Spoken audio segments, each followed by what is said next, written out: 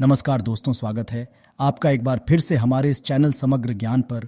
दोस्तों, अगर आप अपने जीवन में कुछ नया सीखने की चाह रखते हैं तो चैनल को सब्सक्राइब जरूर कर ले। दोस्तों, पूरे 500 सालों के बाद बन रहा है दिव्य दुर्लभ महासुरु संयोग। 31 अगस्त सावन का गुरुवार नागपंचमी। इस दिन यानी सावन के बड़े गुरुवार आखिरी अष्टमी के दिन चुपचाप गाय को खिला दे। ये एक छोटी सी चीज रोडपति भी होंगे, करोड़पति मिलेंगी। सभी संकटों और साल आपके घर में भरे रहेंगे। अन्न धन के भंडार, यूं कहे कि भगवान भोलेनाथ के आशीर्वाद से आपकी 7 पुश्तें तक करेंगी। रुपयों पैसों पर राज्य, आपके साथ पीढ़ियों तक धन दौलत बढ़ता चला जाएगा। दुख दूर हो जाएंगे और सुख आपके कदमों में आ जाएंगे। सुख आपके चूमेंगे या दोस्तों, यदि आप ये छोटी सी चीज सावन के साथ में गुरुवार आखिरी अष्टमी यानी कि 21 अगस्त को गाय को खिला देते हैं तो दोस्तों समझ लेना, आपकी 7 पीढ़ियों तक धन दौलत की कमी नहीं, बैंक बैलेंस बढ़ता चला जाएगा। तत्काल गरीबी समाप्त हो जाएगी, खत्म हो जाएगी। गरीबी का नामो निशान खत्म हो जाएगा और आप धनुष्य मालामाल हो जाओगे। आपके ऊपर भगवान शिव और भगवान शिव के गले में नाग देवता का आशीर्वाद बना रहेगा। और साथ ही साथ दोस्तों, 33 कोटि देवी देवताओं को अपने अंदर धारण करने वाली गौ माता की भी कृपा आपके ऊपर सदैव बनी रहेगी।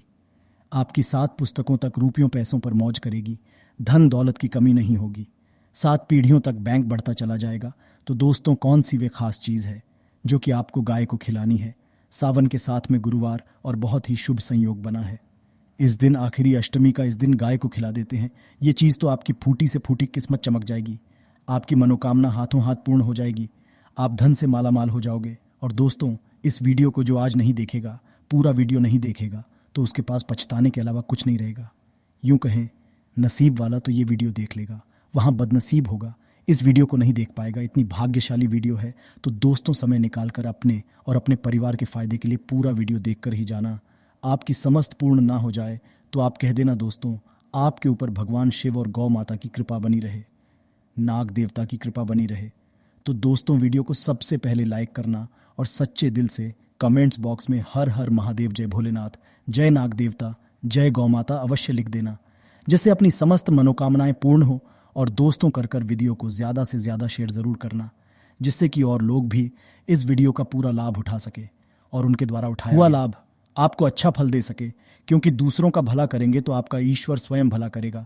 ये आप मन में धारणा रखे तो दोस्तों, आपको बता दे, सावन मास के शुक्ल पक्ष की पंचमी तिथि को आखिरी अष्टमी का त्योहार मनाया जाता है।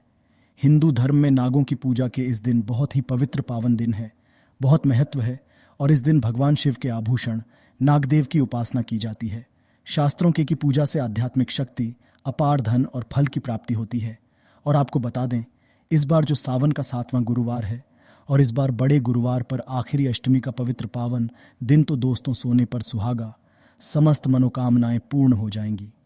इस पावन पवित्र दिन ये मानकर चले, इस दिन आप भगवान शिव के आभूषण गले में धारण नाग देवता की विधि विधान से पूजा अर्चना करें। सांपों को दूध अर्पित करें, क्योंकि चित्र प्रतिलिपियां बनाकर उनको दूध अर्पित करें। और इस दिन भगवान शिव और माता पार्वती की विधि विधान से पूजा अर्चना करें। समस्त मनोकामना आपकी पूर्ण हो जाएंगी। भगवान शिव के मंत्रों का जाप करें और अधिक से अधिक जरूरतमंद गरीब लोगों की मदद जरूर करें।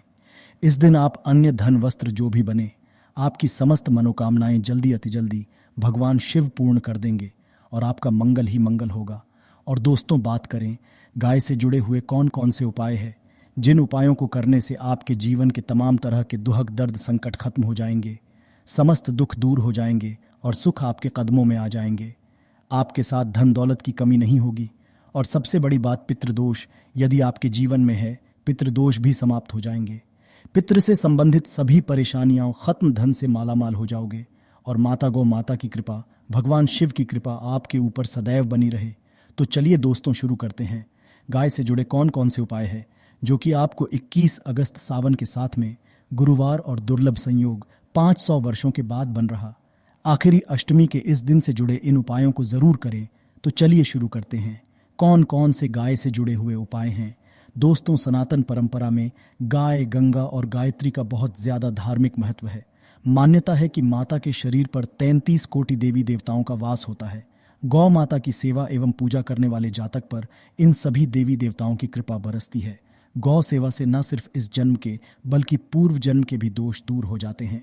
प्रत्येक सुबह जब आपके घर में भोजन बनना प्रारंभ हो तो सब पहले बनाई गई रोटी को आप गौ माता के नाम से निकाल दें और भोजन करने से गौ माता को इस रोटी को खिलाएं। यदि संभव हो तो काली गाय को खिलाएं। यदि काली गाय ना मिले तो सफेद गाय को भी प्रत्येक पूजा और मांगलिक कार्य में गौ माता या उनसे जुड़ी चीजें जैसे गाय का गोबर गोमूत्र, गाय का दूध अथवा गाय के दूध, इससे आपको पुण्य की प्राप्ति होगी। परंपरा के अनुसार जिस घर में गाय होती है उस घर से जुड़े सभी वास्तु दोस्त स्वतः ही समाप्त हो जाते हैं।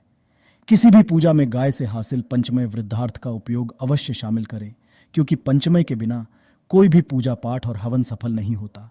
दोस्तों, गौ कृपा पाने के लिए प्रतिदिन, सप्ताह अथवा महीने में परिवार समेत एक बार गौशाला जाने का नियम जरूर और वहां गायों को हरा चारा जरूर खिलाएं। इससे आपको शुभ फलों की प्राप्ति होगी और साथ ही साथ गौ सेवा और गौ पूजा से 9 ग्रह शांत हो जाते हैं और इनसे जुड़े दोषों का निदान हो जाता है। गर्मियों में गौ माता को पानी पिलाएं और सर्दी में गौ को गुड़ अवश्य खिलाएं। ध्यान रखें कि गर्मियों में गाय को गुड़ ना खिलाएं। अनेक देवी देवताओं को अपने शरीर पर धारण कर वाली गौ माता से जुड़े कई शुभ और अशुभ संकेत भी होते हैं। मसलन और सारा दूध बिखर जाए तो अपशगुन होता है। यदि कोई यात्रा पर निकल रहा हो और गाय अपने बछड़े को दूध पिलाती सामने आ जाए तो निश्चित रूप से जिस यात्रा के लिए आप निकले हैं वह यात्रा आपके लिए अवश्य ही सफल होगी और वह काम जिसके लिए आप निकले हैं वह अवश्य ही होगा। यात्रा पर जाते समय बाईं और गाय की आना और रात्रि में गाय की हुंकार करना भी शुभ होता है। दोस्तों, साथ ही साथ गाय के साथ आप भूल कर भी ये काम ना करें, अन्यथा मिलता है घोर नरक और जीवन भर की परेशानियां।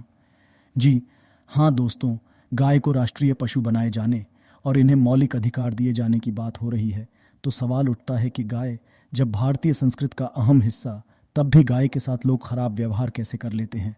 गाय दर दर भटकती रहती है, भर पेट इन्हें चारा तक लोग नहीं देते। गाय जब तक दूध देती रहती है तो उनकी होती है और जैसे ही दूध देना बंद कर देती है तो लोग इन्हें उनकी किस्मत पर छोड़ देते हैं। सड़कों पर और गलियों में भटकने के लिए ऐसे में गोवंशी जीवों को कोई डंडे से मारता है तो कोई उन पर पानी डाल देता, कभी वाहनों से इन्हें ठोकर लग जाती है तो कभी बीमार होकर बेचारी ये गाय दम तोड़ देती है। ऐसे में ज़रूरत है इन बातों को जानने की कि गाय को लेकर शास्त्रों में क्या कहा गया है, गाय के साथ आपको कैसा व्यवहार करना चाहिए। क्या दोस्तों, गाय को कभी भी मारना पीटना नहीं चाहिए। शास्त्रों में गाय को माता का दर्जा दिया गया है। गाय को माता को मारने पीटने वाले के समान बाप का भागी जाता है। ऐसे घरों को नर्क लोक में वर्षों तक कष्ट भोगना पड़ता है।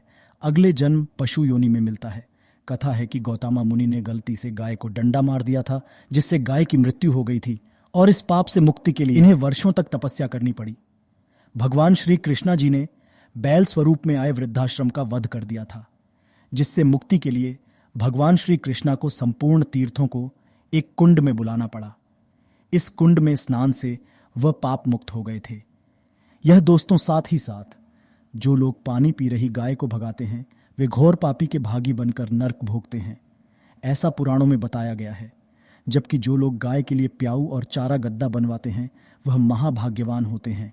ऐसे लोग घोर पाप से मुक्त होकर स्वर्ग पा जाते हैं और बड़े ही धनवान कुल में जन्म लेकर सुख भोगते हैं। और साथ ही साथ आराम कर रही गाय को कष्ट देकर कभी भी उठाना नहीं चाहिए।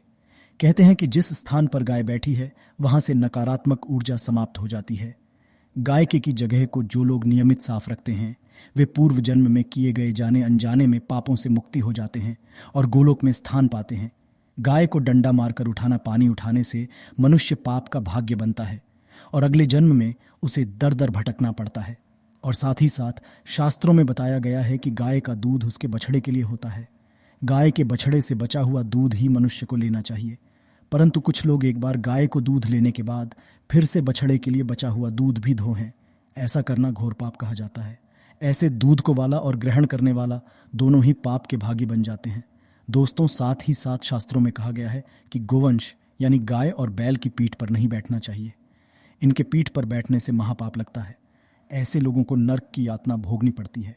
एकमात्र महादेव के अंश के उत्पन्न नंदी ही गोवंशी है, जिस पर स्वयं महादेव महादेवी सवारी करती है, क्योंकि नंदी ने स्वयं अपनी इच्छा से महादेव की सवारी बनना स्वीकार किया था।